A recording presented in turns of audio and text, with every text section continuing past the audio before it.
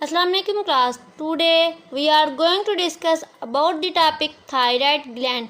Thyroid gland is the second gland of endocrine gland. It is the biggest gland. कि अगर हम इंसान की बॉडी में बात करें तो ये सबसे बड़ा एंडोक्राइन ग्लैंड है। और अगर हम इसकी लोकेशन की बात करें तो ये नेक में लेरिंग्स के नीचे मौजूद होता है, यानी कि ट्रैकिया के सामने और वोकल कॉर्ड के नीचे ये मौजूद होता है। अगर हम इसकी शेप की बात करें तो इसकी शेप बटरफ्लाई जैसी होती है। ये ग्लैंड पिट्यूटरी ग्लैंड के अंदर काम करता है और पिट्यूटरी ग्लैंड इसको सिग्नल देगा, तब ये अपने हार्मोन को सेक्रीट करेगा। थायराइड ग्लैंड दो तरह के हार्मोन सेक्रीट करता है, एक थायरॉक्सिन और दूसरा कैल्सीटोसिन। और इसके अलावा ये टू केमिकल्स को भी रिलीज़ करता है, एक T3 एंड T4।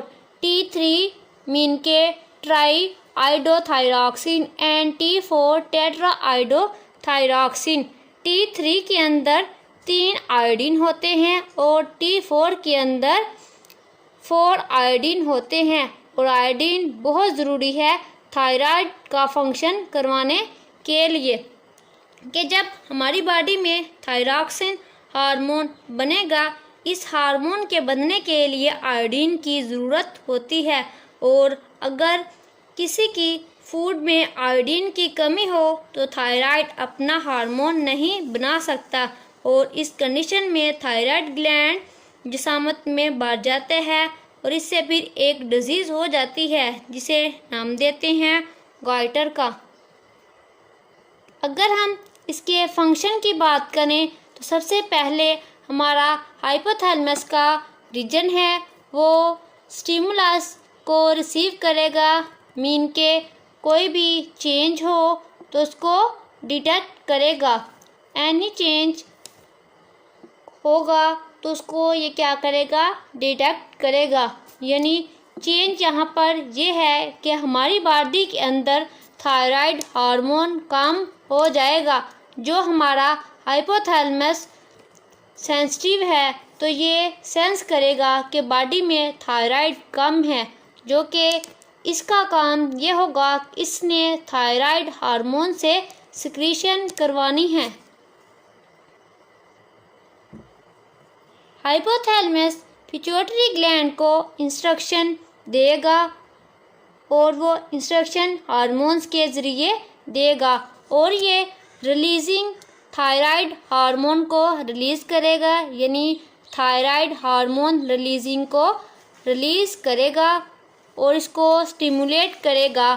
और ये इंटीरियर पिट्यूटरी ग्लैंड जो है इसमें सिक्रीट करेगा, यानी कि TSH हार्मोन रिलीज़ करेगा। TSH mean thyroid stimulating hormone.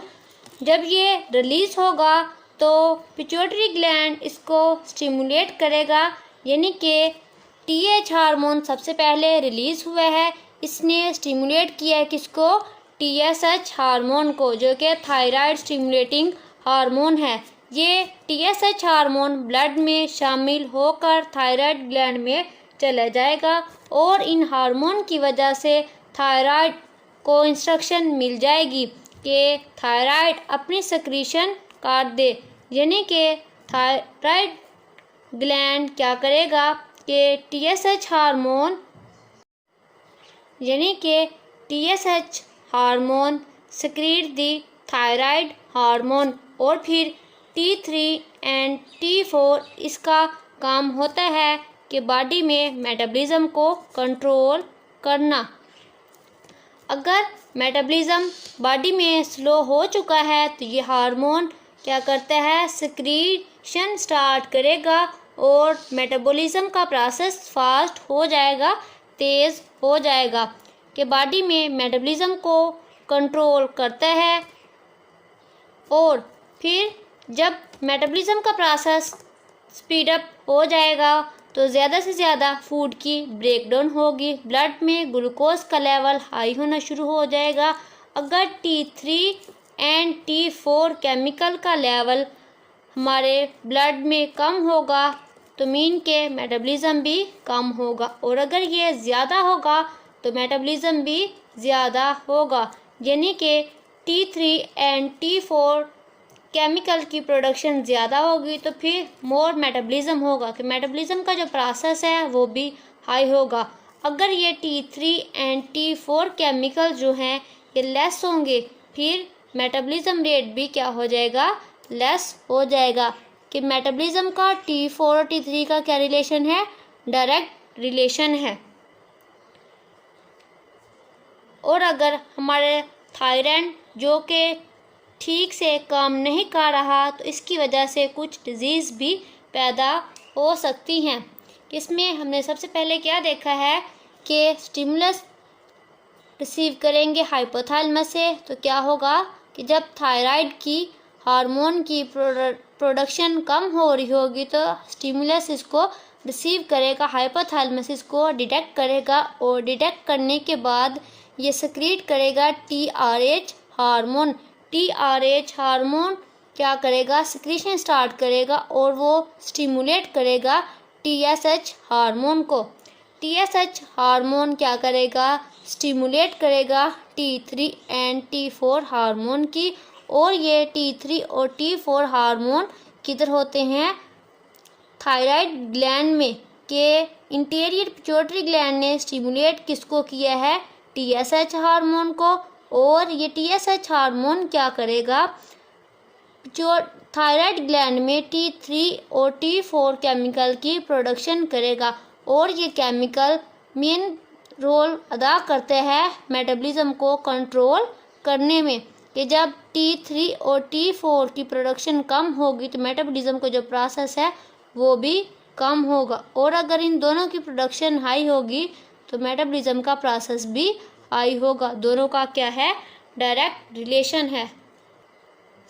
अगर बॉडी में T3 और T4 का लेवल काफ़ी हाई हो जाए तो फिर ये हार्मोन दोबारा से हाइपोथैलेमस को क्या देते हैं, सिग्नल, कि अगर ये पहले तो ये कम हो रहे हैं, अगर ये बढ़ जाएँ तो ये क्या करेंगे, सिग्नल देंगे हाइपोथैलेमस को, और हाइपोथैलेमस क्या करते हैं, इन सिग्नल को रिसीव करने के बाद रिलीजिंग फैक्टर को स्टॉप कर देते हैं। TRH क्या था, हमारे पास रिलीजिंग फैक्टर था। अगर ये रिलीजिंग फैक्टर नहीं होगा तो फिर पिट्यूटरी ग्लैंड में TSH हार्मोन क्या होगा, ये रिलीज नहीं होगा, और फिर थायराइड ग्लैंड से T3 एंड T4 नहीं होगा, और आपका मेटाबॉलिज्म फिर से क्या हो जाएगा, स्लो डाउन हो जाएगा। और ऐसा चलता रहेगा, और फिर एक टाइम आएगा कि दोबारा से T4 एंड T3 जो हार्मोन्स होंगे, जो केमिकल्स होंगे, वो दोबारा से इंक्रीज़ होंगे, और दोबारा से यही प्रोसेस शुरू हो जाएगा।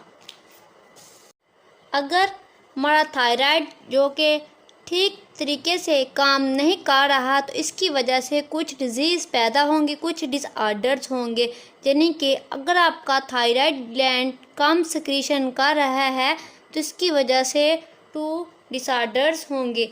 एक को हम नाम देंगे हाइपोथायराइडिज्म का, और एक को हम नाम देंगे हाइपरथायराइडिज्म का।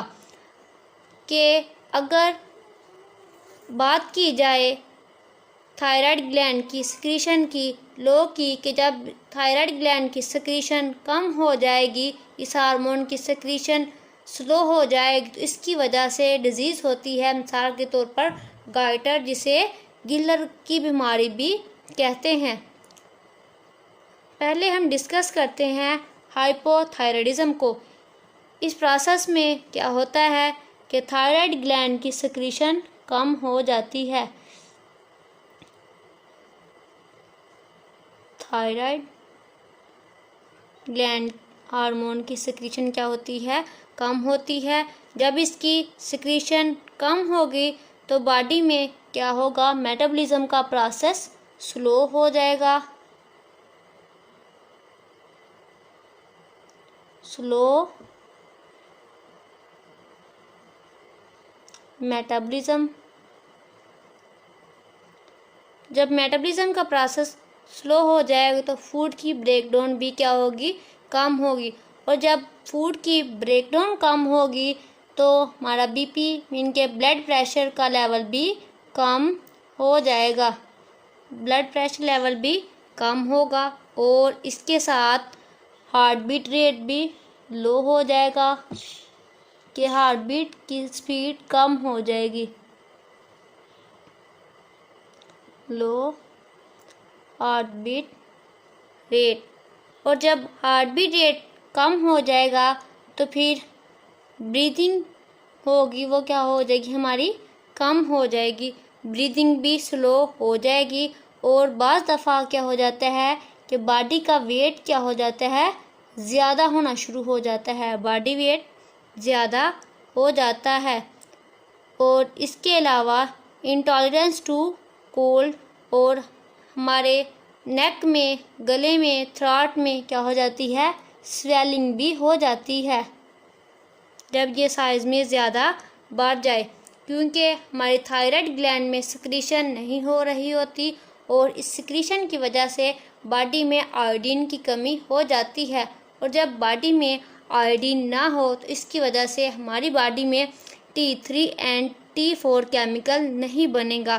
तो इसी दौरान पिट्यूटरी ग्लैंड TSH हार्मोन ज़्यादा से ज़्यादा रिलीज़ करेगा, जिसकी वजह से हमारा थायराइड ग्लैंड एक्स्ट्रा काम करना शुरू कर देगा। यानी कि अगर वो एक्स्ट्रा काम कर रहा है तो इसकी वजह से थ्रोट में इन्फ्लेमेशन हो जाएगी और इस कंडीशन को हम नाम देते हैं गॉइटर डिजीज़ का।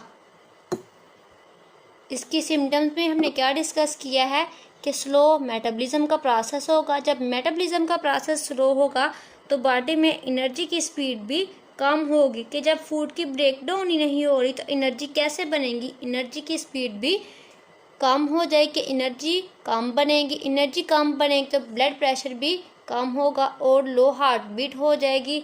और इसके साथ साथ क्या हो जाएगा कि ब्रीथिंग भी स्लो हो जाएगी और वेट, बॉडी वेट क्या होगा, बढ़ जाएगा। इंटॉलरेंस टू कोल्ड के थ्रोट में स्वेलिंग हो जाएगी, क्योंकि हमारा जो थायराइड ग्लैंड है वो एक्स्ट्रा काम कर रहा है, तो फिर इसकी वजह से इन्फ्लेमेशन हो जाती है।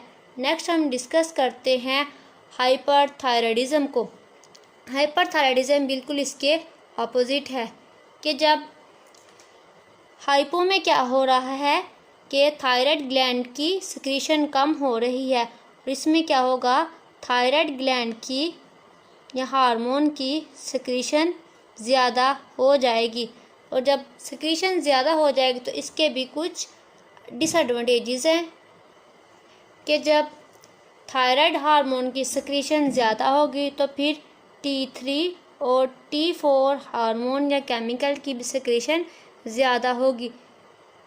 और इसकी मिसाल हमारे पास एक डिज़ीज़ आ जाती है जो कि है ग्रेव डिज़ीज़।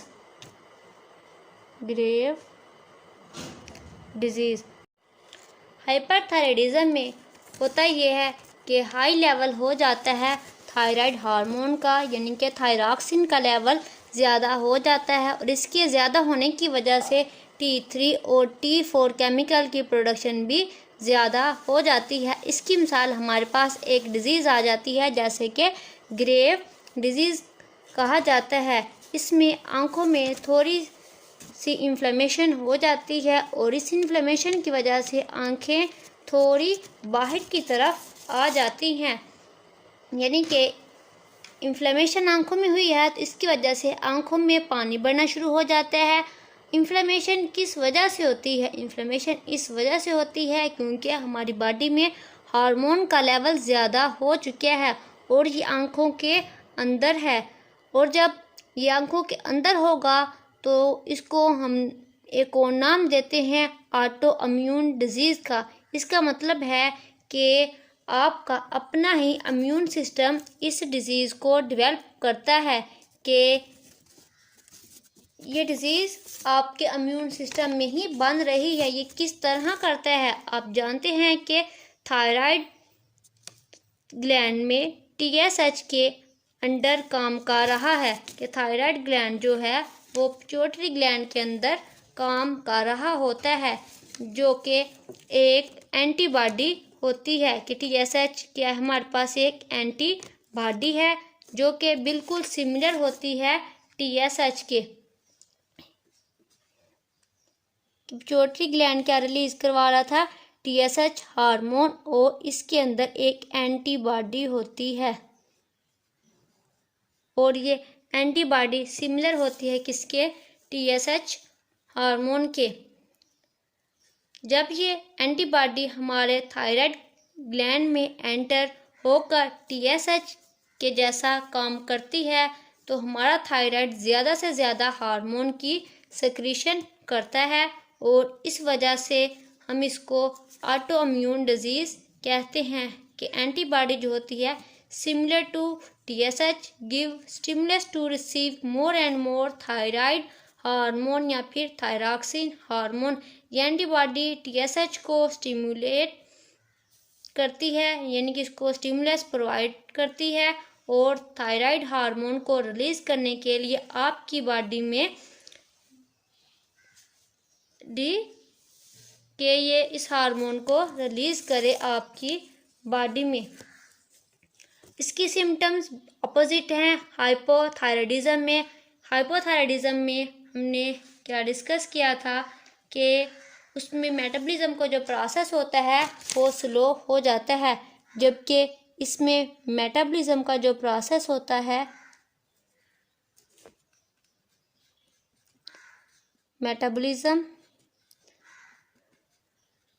हाई हो जाता है, और इसके साथ जब मेटाबॉलिज्म का प्रोसेस हाई होगा तो साथ ही हार्ट बीट रेट जो है वो भी तेज़ हो जाएगा, हार्ट बीट रेट भी तेज़ होगा। और जब मेटाबॉलिज्म ज़्यादा है, फूड की ब्रेकडाउन ज़्यादा हो रही है, तो एनर्जी लेवल भी ज़्यादा हो जाएगा, और इसके साथ साथ ब्रीथिंग स्लो थी, इधर क्या होगी, ब्रीथिंग हाई हो जाएगी, ब्रीथिंग हाई हो जाएगी, और इसके साथ साथ वेट भी आपका कम हो जाएगा। और इसके अलावा बहुत ज़्यादा स्वेटिंग होगी कि आपको कसरत से पसीना आएगा, स्वेटिंग ज़्यादा हो जाएगी, और आपके हाथों में कपकपाहट आना शुरू हो जाएगी। कि हाइपर थायराइडिज्म में तमाम चीज़ें क्या हो रही हैं, इंक्रीज़ हो रही हैं, और हाइपोथायराइडिज्म में हमने डिस्कस किया था कि तमाम चीज़ें क्या हो रही हैं, कम, मेटाबॉलिज्म का रेट भी कम हो रहा है, हार्ट बीट का भी कम है, ब्रीथिंग भी स्लो हो रही है, वेट ज़्यादा हो रहा है। इधर सिर्फ वेट कम हो रहा है, बाकी तमाम चीज़ें क्या हो रही हैं, हाई हो रही हैं। अब हम डिस्कस करते हैं नेक्स्ट हार्मोन का, जो कि थायराइड ग्लैंड में रिलीज़ हो रहा था। कैल्सिटोसिन हार्मोन क्या काम करता है, ये मेंटेन करता है कैल्शियम लेवल को इन ब्लड के, ब्लड में कैल्शियम लेवल को मेंटेन करता है। कि अगर हमारी बॉडी में कैल्शियम बहुत ज़्यादा हो जाए, कि यह हार्मोन बॉडी के अंदर कैल्शियम के लेवल को कंट्रोल करता है, कि अगर बॉडी के अंदर कैल्शियम का लेवल बहुत ज़्यादा हाई हो जाए तो ये इसको क्या करता है, कम करता है। कैल्सिटोसिन कैसे कैल्शियम लेवल को कंट्रोल करता है, कि कैल्शियम को बोन्स के अंदर स्टोर करवाता है और कैल्शियम के लेवल को कम कर देता है। कि अगर कैल्शियम का लेवल लो हो चुका है तो ये इसका हाई नहीं कर सकता, लेकिन अगर इसका लेवल हाई हो गया है तो इसको लो कर सकता है। कि बेसिकली कैल्सिटोसिन हार्मोन बॉडी में कैल्शियम लेवल को मेंटेन करता है, कैल्शियम आयंस की मिकदार को कम करता है, और फिर कैल्शियम का खून से बोन्स में रीअब्जॉर्प्शन तेज़ कर देता है। आज हमने डिस्कस किया है थायराइड ग्लैंड को। थायराइड ग्लैंड हमारे पास बिगेस्ट एंडोक्राइन ग्लैंड था, जो कि प्रेजेंट होता है लेरिंग्स के नीचे। इसमें दो हार्मोन्स की सिक्रीशंस हो रही थी, एक था थायरॉक्सिन और दूसरा था कैल्सीटोसिन, थायरॉक्सिन में आयोडीन की कमी हो जाती है और उसकी वजह से गॉइटर की डिजीज़ होती है। और जब थायरॉक्सिन खुराक में टूटे यानी कि इसकी ऑक्सीडेशन हो तो इससे एनर्जी निकलने का अमल या एनर्जी बनने का अमल तेज़ हो जाता है, जिससे बॉडी में नशोनुमा पे भी इफ़ेक्ट पड़ता है। किससे क्या होता है कि हार्मोन कम बनते हैं और कम बनने के दौरान जो डिसऑर्डर्स होते हैं उसको हमने नाम दिया था हाइपोथायराइडिज्म का, जिसमें थायरॉक्सिन या थायराइड हार्मोन की सिक्रीशन कम होती है और इसके ऑपोजिट दूसरा हार्मोन था हाइपरथायराइडिज्म के, जिसमें हार्मोन्स की सिक्रीशन ज़्यादा होती है। और लास्ट पे हमने डिस्कस किया है कैल्सीटोसिन, जो कि हार्मोन्स में क्या करता है, कैल्शियम आयंस की, जो कि खून में कैल्शियम आयन की मिकदार को बरकरार रखता है, मेंटेन रखता है। Thank you.